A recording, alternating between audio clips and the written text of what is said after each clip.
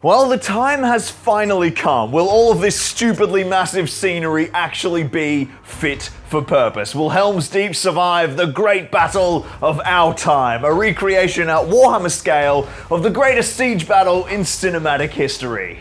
Right now it is Sunday, and in just 2 days' time, my mate Jacob arrives to begin 8 straight days of filming Lord of the Rings battle reports across all the various battles on Helms Deep, some naval sieges on my Greyhaven's board, which is buried somewhere under there, and of course some battles on Edoras, which Games Workshop begged me to build last month. So in a video unlike any video I've ever made before, for the next 10 days, you guys are coming with me. We'll prepare the studio, prepare the boards, and assemble the massive armies. And then remember, we don't have massive armies, and speed paint some massive armies for these massive boards. And you guys are coming with us across all 8 days of filming as we knock out some glorious battle reports across my boards. And by the time you're watching this, right now, those battle reports will be live over on Jakey's channel, Conquest Creations, and my battle report channel, Zorp of the Rings. And I'm sure it's all gonna go smoothly and according to plan. Things would not go to plan.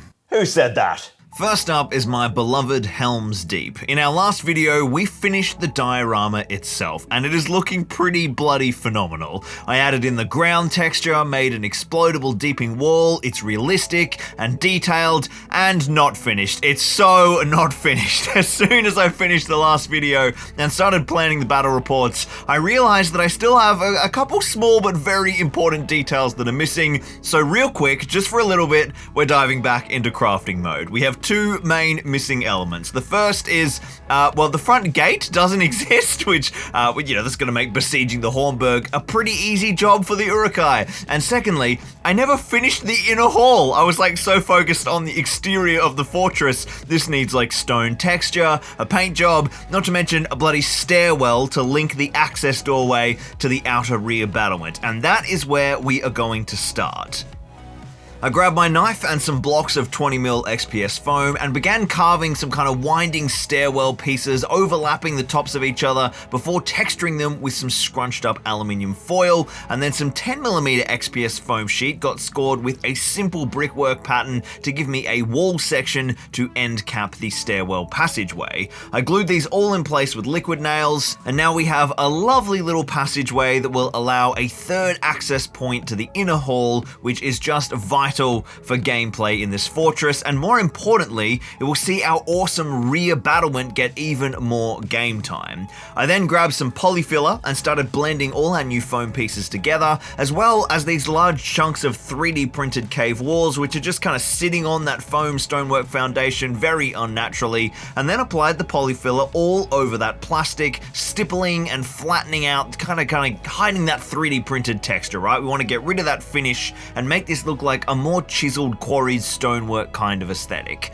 While that filler dries hard before we can paint it, we're going to jump over to the gate. Now, I already 3D modeled the gate in a previous video, but my first print was not the right size, but that's fine. We'll just shrink it down a bit, and it still doesn't fit. Now, the proportions are wrong. Great, there's a weird little gap up above the gate. That's fine. Third time's a charm.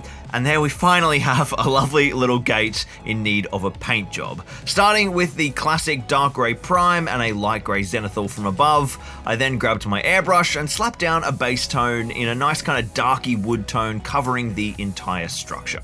Once dry, I worked onto those kind of wood layers with a medium brown and then a light bone, both layers dry brushed to accent the raised detail of our wooden planks that make up the gate. And then for the metalwork, I wanted like a lovely kind of dark bronze to match the films, and the metallic sprays that I used to paint up the plaques from my Patreon honor wall were the absolute perfect tone, so I just sprayed some of that straight onto the table and then worked dark bronze and then a bronzy highlight, stipple blending those tones onto the metalwork to get a really lovely finish. And finally, we have a glorious little removable gate, perfect for the Uruk-hai to ram up against with a battering ram.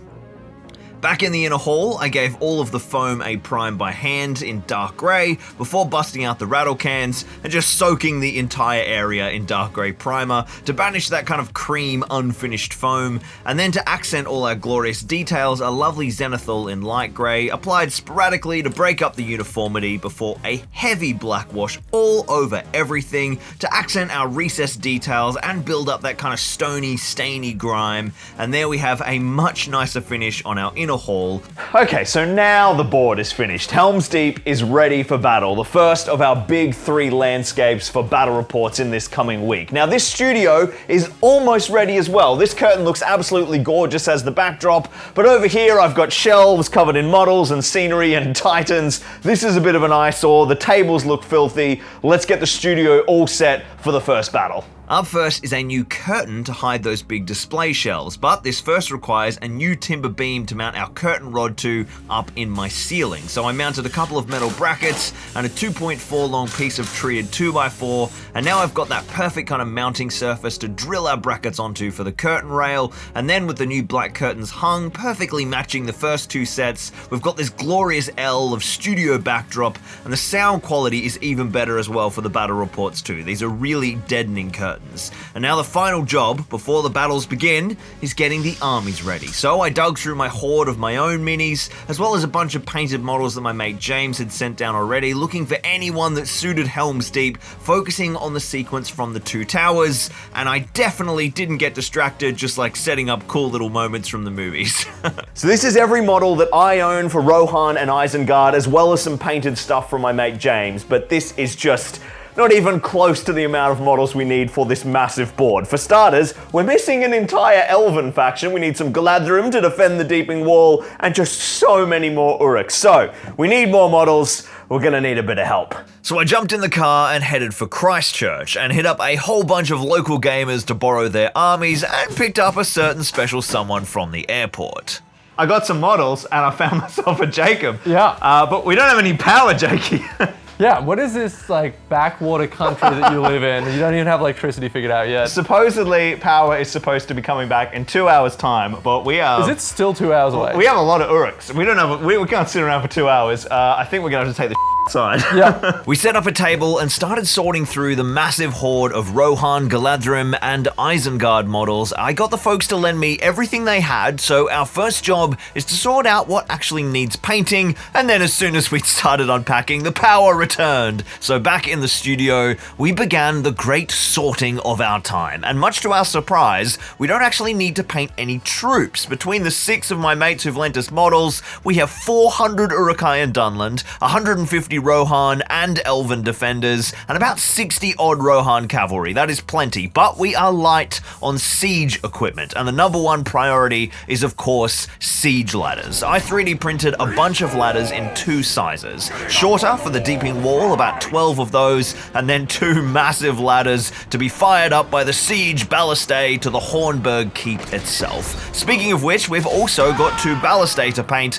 as Jimmy's were just primed in black, and I really want 4 of them to roll onto the plains to besiege the fortress of Helm's Deep.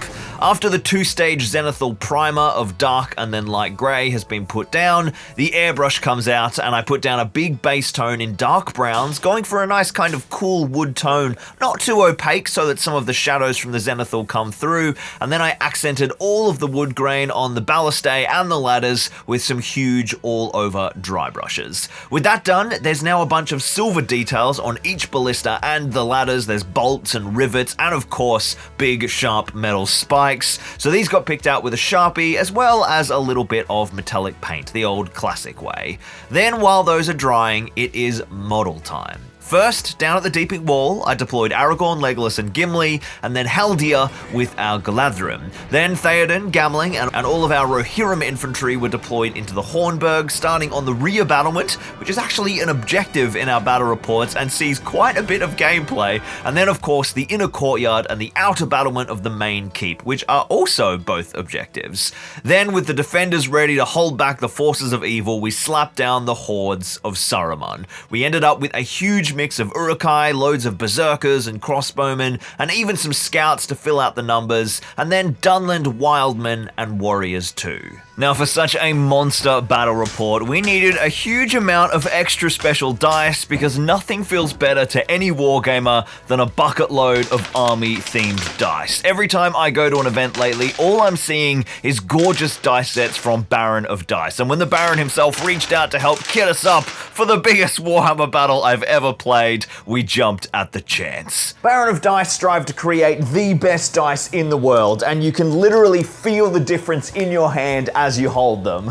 Their hand-swirled resin dice are heavier, bubble-free, and precision engraved to deliver superior quality, balance, and detail. There's just no rival. Each design is crafted with the amazing tabletop wargaming community in mind. There is a huge range of art styles and designs available, so you'll easily find something perfect to suit your army. I got the Baron to just send me a boatload of different sets, so I could have fun mixing and matching sets for my forces and kitting out my tournament toolkit with gorgeous shiny new dice. Baron of Dice also make a full range of accessories, dice cups, dice trays, playmats, deck boxes, and even a full range of RPG dice. Every single dice you've seen in the battle report today was sent straight to us from the Baron, and they have been an absolute dream to roll. And gorgeous quality themed dice, it just took the gaming experience to a whole new level. So if you want to get some premium quality dice for all your wargaming needs, check out Baron of Dice, link down in the description, and use code ZORP at checkout for a sweet little discount. And a huge thank you to Baron of Dice for sponsoring today's video. The ladders can spawn up as we get to the wall. A lot of dudes. It's a lot of dudes. Love this ram. So good. That is all the models set up for game one. Oh, Jacob, you're not wearing a mic.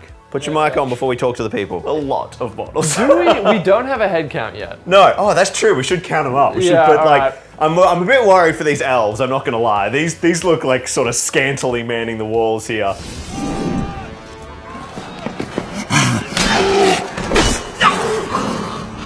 Deployed the defenders. I was like, oh yeah, like there's plenty of defenders. And then we put this down. I'm like, no longer plenty of defenders. Yeah.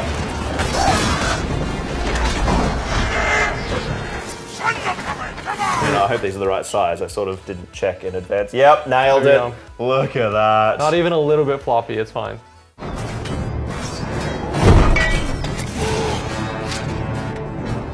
So we're gonna film the game for Jacob's channel first. This is a Conquest Creations game, and I am running the Uruks, folks. You excited to defend? We're gonna see if I survive this game. Let's get into game one. Yeah, let's do some counting first. Yeah. I wanna know exactly how many minis we have on the table. Over 600 models, one mega fortress, and one massive battle report. Welcome to the Siege of Helms Deep. So it begins.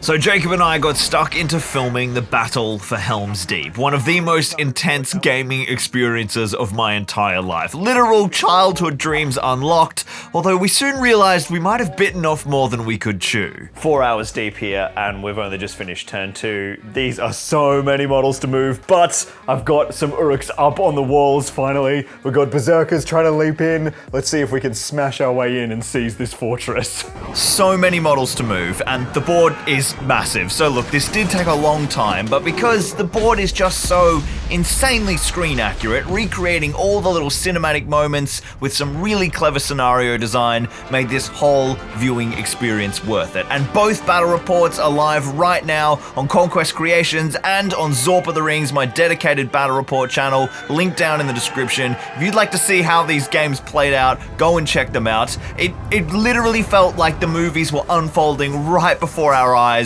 with a heavy sprinkling of toy soldiers. So, what did Jacob and I think of the board from a gameplay perspective? I can't remember what day number we're up to, but I know that there's like 36 hours till you go to the airport, and we just finished battle report 2 of the 6 we were hoping to do.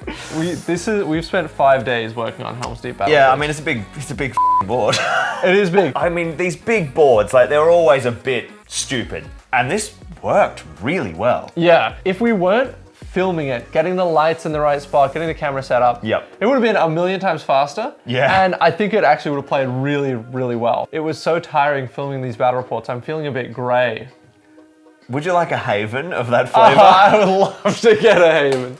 All right, so yeah, we were gonna film Helm's Deep some Edoras stuff and Greyhavens. With only 36 hours left, there's no way we can get the last layers of Scenics done on Edoras that it needs and have it dry in time. So Edoras, it's going to get cut, and we're going to film that next time. Yep. And we're just going to dive into my old Greyhavens board from over a year ago is finally going to get some action. So step 1 is making some space in the studio. Yeah, and then step 2 is painting 2 full Corsair ships. Oh yeah, that's right. We also need some Corsair ships. 36 hours to go. Let's do it. So the great pack down of our time. First we shimmied out the black tablecloths, hiding my very paint-splattered trestle tables, and then pulled out the central table to access underneath the board and started breaking up the modular sections of this massive layout. To perfect this beast for filming, I'd just done the resin pours and the grouting over the board line, so now we need to prepare those layers for breaking. The resin in particular is very tricky because if we don't pre-cut those streams, the whole river is going to shatter. Then, the moment of truth. Yeah, perfect. Absolutely nailed it. 0 major damage along the board seams, a few touch-ups with paint, and then Mod Podge to blend over the damaged water effects. We'll do that down the track, and that is going to look good as new. We did the same to the causeway piece, which is, again, it's bolted from underneath and then essentially scenicked together, and then started to pack down this massive board as best we could. I'm going to need to do like a full recalibration of my storage setup for this thing, but maybe even get some new shelving. For now, though, we're just going with the old lean it up against something and put it behind the curtain. Then we shimmied the massive main section, which is still liftable by 2 people thankfully, and set about grabbing all of the pieces of the Greyhavens board that I built over a year ago. In a way, this board is almost bigger than Helms Deep, but only in length, although when it's finished, the full kind of circular dock setup with the river paw, it's gonna be absolutely massive. It's actually going to be a real blast to play on this thing in kind of the middle of construction as opposed to Helm's Deep when it's fully finished, because I had to make some bold design choices to try and capture the feel of Greyhavens and also maximize playability, and it's going to be really useful to test that out. Then we jumped over to the printers, and Jacob knocked up some Corsair ship STLs in Blender, which he'll be releasing soon over on his Patreon. These are just the early kind of prototypes that we printed, but crikey, they're really impressive. Oh, is it the same depth? No way. Oh, that's epic. 4 new Megazorptrons are getting a statue dedicated in their honor here on the Patreon honor wall today. Ethan has a Ministerith Bannerman with a marble finish. Defallen B, a Mordor Siege Orc in gold. Smollett has Samwise from Shelob's Lair in a mossy stone. And Tyler Clayton has Big Boromir from Gondor in a lovely mossy stone. A massive shout out to these guys and all of my Megazorptrons and all my incredible patrons. If you guys would like a statue dedicated in your honor, or a plaque with your name on it, or on one of the banners, and you'd like to support all of this madness here at Zorpazorp, the only way that these kind of crazy projects unfold is with the support of my Patreons. There's heaps of other perks available, so go and check out Patreon down in the description. It's so important to this channel, and I cannot thank all of my patrons enough. Then, with less than 24 hours till the airport drop-off for Jacob, we decided to get ready to put in some long hours to get these Corsair ships painted. Speed painting mode activated. First up, we layered some overbrushes with kind of wood-toned brown straight over our black primer. This is a pretty kind of big, lazy layer, just jamming it everywhere on the ship, but on the sails, we had to keep it kind of neat to the masts to make sure that we can preserve those lovely black sails. We decided to do 1 ship each and have a little race to see who could finish first, and after the wood, our next layer was the metallic details. The Corsair ships have a lot of kind of steel reinforced timber structures, so there's a fair bit of metal detail work, and Jacob started pulling well ahead here, mostly because I was too busy talking. In fact, he got so far ahead, he even had time after all the other details to do an amazing freehand banner. Incredible stuff. Then it was time to deploy the Corsairs to raid the Greyhavens. Jacob and I then played just a bonkers scenario where these 2 Corsair ships loaded up with orcs and Corsair forces who'd fled south after the War of the Ring were making one last grab for power in vengeance of Sauron's death and tried to steal the 3 elven rings right at the moment when Frodo and co were boarding their elven ship to set sail for Valinor. I took command of the good forces using this gorgeously converted and painted army done up by Evie from Steel Sheen Painting painting where every model looks exactly as they do in the scene of the film. Every little detail. Bilbo has his walking stick, Frodo's holding the Red Book of the West March. It's just a stunning army, and I won't spoil the battle report, which will come out on Conquest Creations fairly soon after our Helms Deep episodes, but let's just say, a lot of people drowned, and it was hilarious. I love swimming rules, and you never see them enough. Then it was time to send Jacob back to Australia and reflect on a massive week of filming. Honestly, I could not be happier with how this game turned out. It was such a dream to play on. But if you guys want to see how, go and check out the battle report. It's probably one of the best videos I've ever made. It is glorious. It's linked down in the description, both mine and Jacob's video. So good, and it shows off the gameplay on this massive landscape, and I think I've really nailed building stuff that's screen accurate, that's epic, at great scale, that also works for wargaming. Thank you so much for watching, guys, and I'll see you over on Zorp of the Rings.